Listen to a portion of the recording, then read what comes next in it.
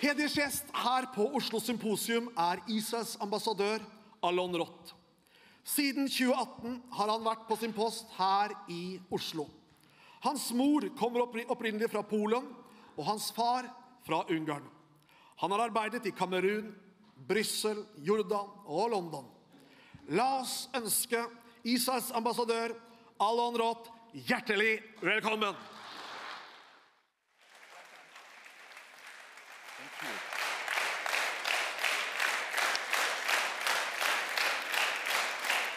Thank you very much.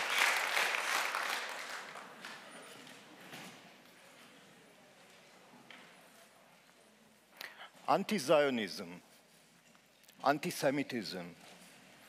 Some would claim that they are not connected. Some would claim that they were never connected. Anti-Zionism, objection to the Jewish state. Anti-Semitism is anti-religion. Rabbi Sachs, the former late rabbi of the United Kingdom, said that in the Middle Ages, when Jews lived in religious communities, the Jews were hated because of their religion. In the 19th, 20th century, when Jews became more secular and they lived in ethnic communities, ethnic groups, they were hated and harassed because they were a race.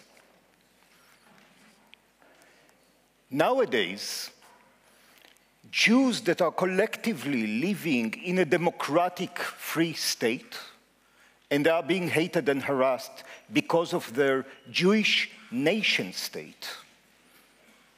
So a different mutation to the same phenomenon. What is the overall argument that is linking these three phenomena? Jews have no right to exist collectively as Jews with the same rights as other human beings. This is his summary, which I subscribe to. Good afternoon, ladies and gentlemen. I'm very happy to see you here. I'm very happy to recognize many of you here. Permit me to share with you few ideas and thinking items that I've brought with me. I think that Rabbi Sachs' words accurately and eloquently describe the phenomena that we all gathered here to discuss during this session.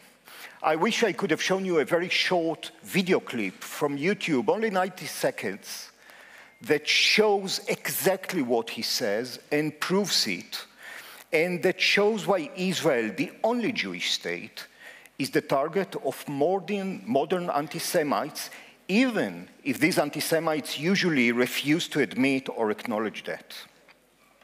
My grandfather was not a rabbi, he was not an educated person. He was a laborer that ran his small printing press machine. 30 years ago, he approached me one day and asked me, "What are you doing as a diplomat?" Well, as a young Israeli, I explained to him in very good Hebrew, young Israeli Hebrew, you can imagine what it is. And this old man that was born in Eastern Europe, who survived persecutions in the beginning of the previous century, who survived the Holocaust in Europe, and who lived under communism before fleeing to Israel, this experienced grandfather is telling me, "Good luck, Alon, but you are going to fail." I was enraged. Why would my grandfather tell me this? And he replied, "Because nobody has ever defeated anti-Semitism, and nobody will do it." This was his answer. I will spare you the very long explanation I gave to him, disagreeing with him, saying that not everything can be explained by anti-Semitism. We live in modern times, democracy, etc., etc. You can guess what I was telling him.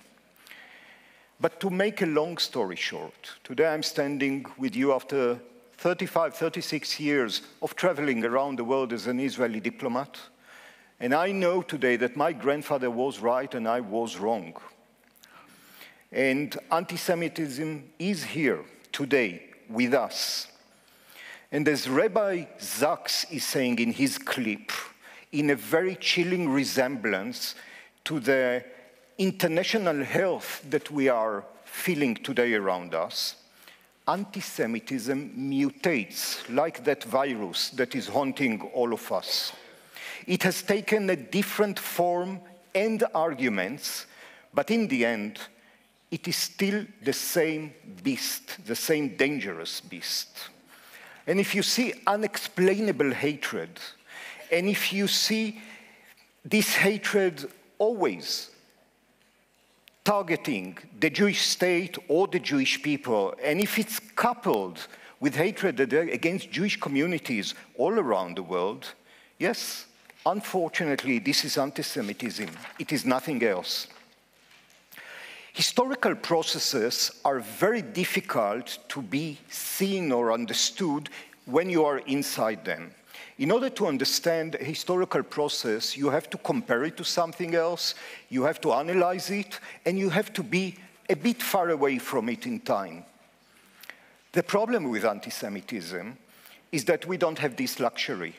We don't have the time to wait in order to analyze and to understand whether this is really new anti-Semitism, yes and no. It is already haunting us, it is biting us. And the big question is, how do we measure this new anti-Semitism? How shall we measure the gravity or the trends? Do we do it by numbers, by numerical counting, simply counting the anti-Semitic incidents, or by trying to produce trends in computers based on these numbers? I think that if we check numbers of anti-Semitism incidents, we might fall into the trap of false negative. Why? Because we might be disillusioned by a lower number, a falling numbers of anti-Semitic incidents, and rejoice the fact that these numbers are low. For example, in certain geographic locations, maybe even in Norway, when the numbers are much lower than in other countries. And I'm asking, are those numbers really important?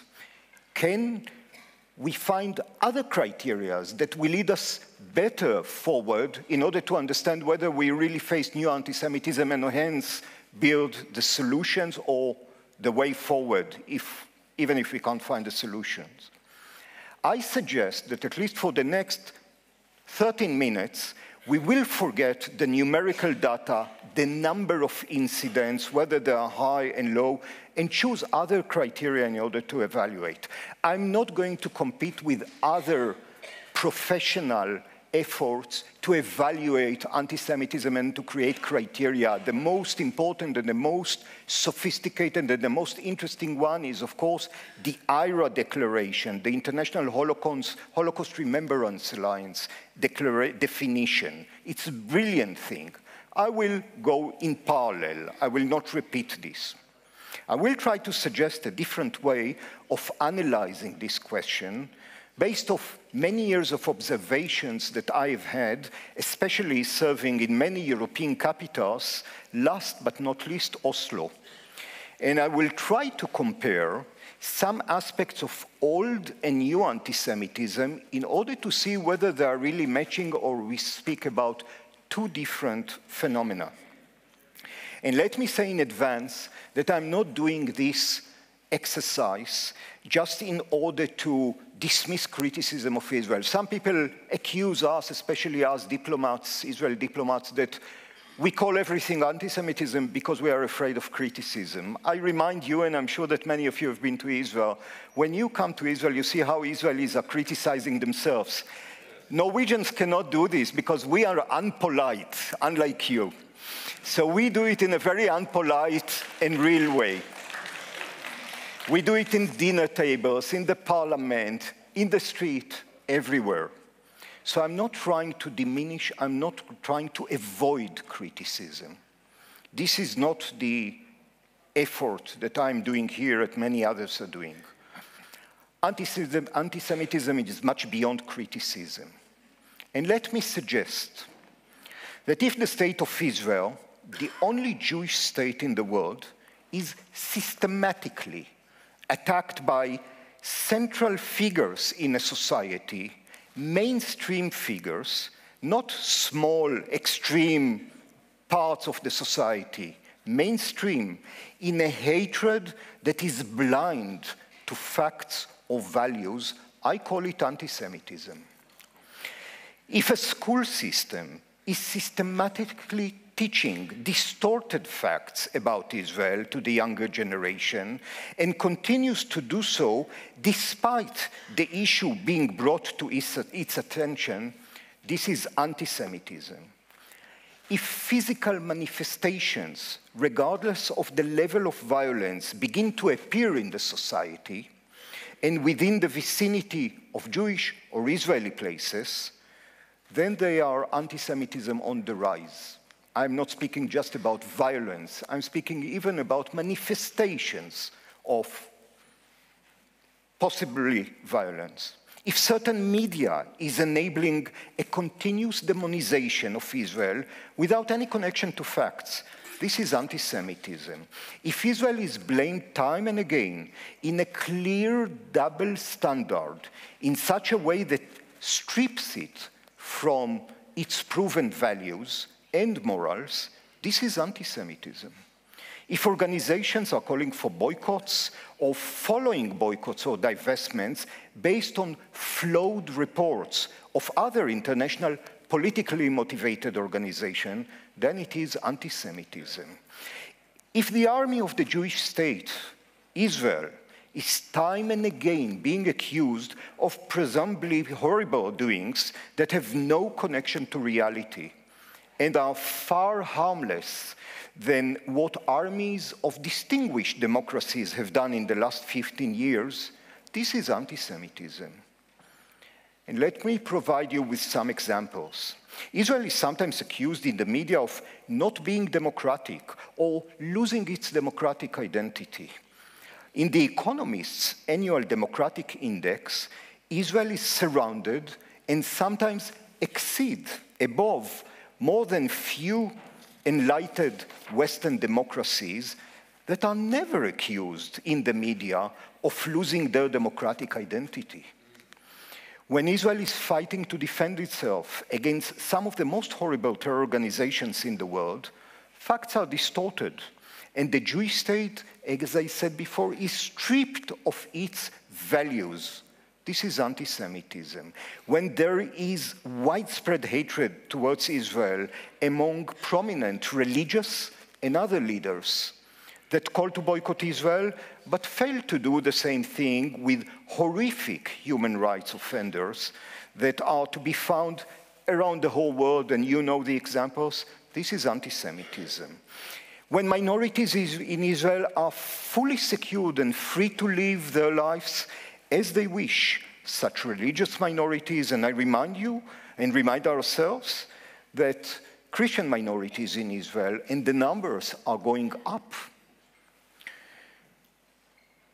Or in other side, LGBTs that live in peace in Israel, in sharp contrast to many neighboring countries and societies, and yet Israel is systematically accused of not allowing it to happen, then I call it again anti-Semitism.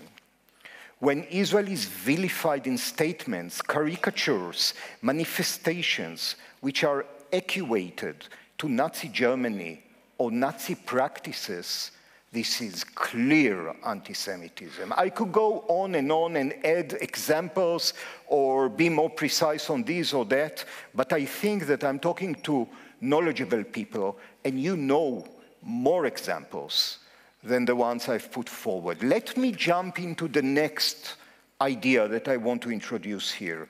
What is common between the old and the new anti-Semitic movements? And permit me to suggest that these are the three common practices that both kinds of anti-Semitism is using. One is facts distortion, Horribly fact distortion. Why? Because then we accept anti-Semitism by the brain if facts are distorted. When values are distorted and when Israel is being stripped of its values, then the heart begins to believe that maybe the Jews and the Israelis are really wrong. And by going to the youth, then you are making sure that it will all continue in the future because we teach it to the youngsters. I think that Darwin would have agreed very well that this is the way to make a transition and to make a new mutation coming to the world. What is exactly being done with these three guidelines?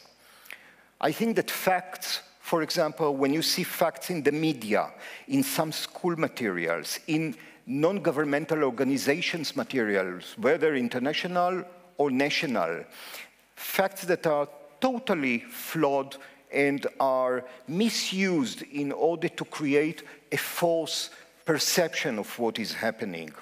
Publishing of facts that do not reflect the whole reality. Description of events that do not take into account prior events that have triggered them. For example, Israel has attacked without saying who attacked Israel beforehand and why did Israel retaliate.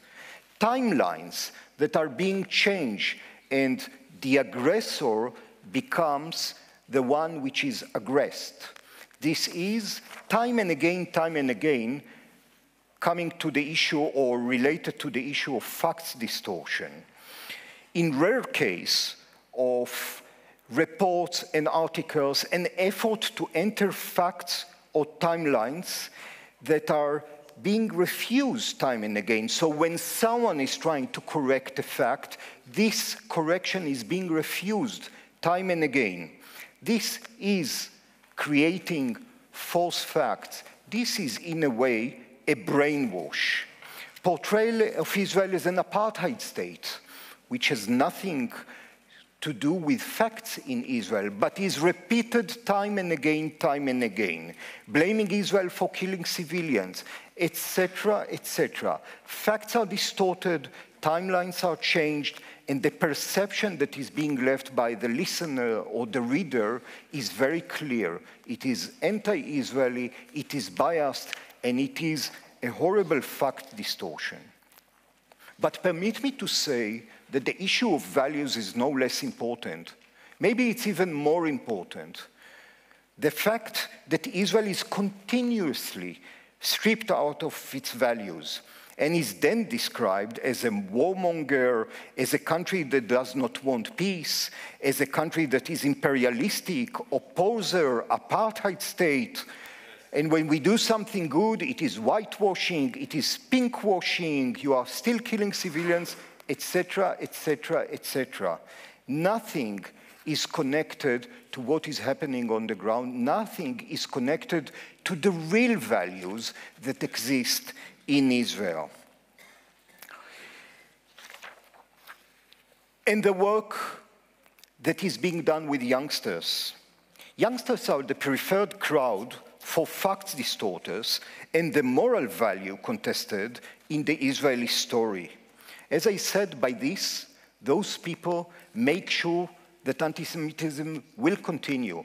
Those people make sure that anti-Semitism not just will continue, might mutate to a new degree, might mutate to something else. I don't have to tell you that some of the places that, at least in my age, are not visited anymore, TikTok and all these kind of things, horrible anti-Semitic stories, video clips are continuously being shown and are extrapolating on a daily basis.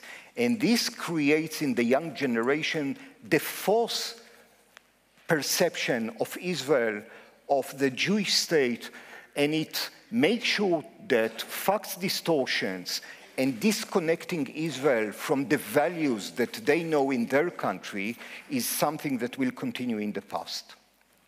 And I will not overburden you, but when you take these three operational fields of anti-Semitism, facts, values, and youth, and you check, you see that in the old anti-Semitism, this was exactly the trend. These was exactly the things that came into very, very severe, I would say, and unbelievably a blatant way in the Nazi description of the Jew as an insect. No moral values, no human values anymore are attached to the Jew. And of course, some would claim that all of this comes to Israel just because of the issues that are related to 1967, this horrible word, occupation. Let me ask you, really? Let's assume, for the sake of the argument, that tomorrow the Israeli-Palestinian conflict is over, we have finished it. Do we really believe that anti-Semitism will evaporate? Do we really believe that new anti-Semitism will not mutate with new arguments? It's only a guess, of course, but I think that we have a very enlightened guess if we say that no, it will continue, unfortunately, as my grandfather has said. So let me conclude. Anti-Zionism is modern anti-Semitism. And unfortunately, this creature is using the same methods that were used for so many years, some would say thousands of years. I'm not here in order to dictate or to teach. I'm not here in order to tell Norway what to do or what not to do. I'm a guest in Norway, being a diplomat. But I do think that there are things that can be done. There are many things that can be done and should be done in order to lower the rate of anti-Semitism, in order to make sure that those who are doing this kind of anti-Semitism, and many more examples, are understanding that there is a price to pay, that the society is not ready to accept it. And I do think that this is the time to go forward, because these are the last years in which we can still make a change. If we will wait, this monster will begin to eat us all. And what begins as anti-Semitism against Jews never stops by anti-Semitism against Jews. And what begins as anti-Semitism, new anti-Semitism against the state of Israel, will not stop there as well. We saw how when the Jewish people is stripped out of its values in the eyes of the others, many other people are going, unfortunately, down the drain. So I do think that there are many levels in which the work can be done. I do think that there is an excellent work, as I said, that is being done by IRA, the International Holocaust Remembrance Alliance. I do think that it's not just for governments, it's for schools, it's for sport teams, it's for municipalities, it's for NGOs, it's for social organizations to say, even if we have criticism of Israel, we are against anti-Semitism. So we will embed the IRA declaration and definition of anti-Semitism into our work. And I do hope that this will not just influence the society as a whole, but it will influence, as I said, the vital parts of the society, like the youth. Thank you very much for giving me the opportunity to address you today. I wish we were in other times in which this tiny virus would have allowed us to meet even more, to speak even more, to ask questions and to answer answers even more. But I'm very thankful for you for coming here today, for taking the words that are going to be mentioned in this seminar, in this meeting, all around, and to trying to make a change, at least in this issue, in spite of what my grandfather told me, that this cannot be rectified. Thank you very much. God bless you.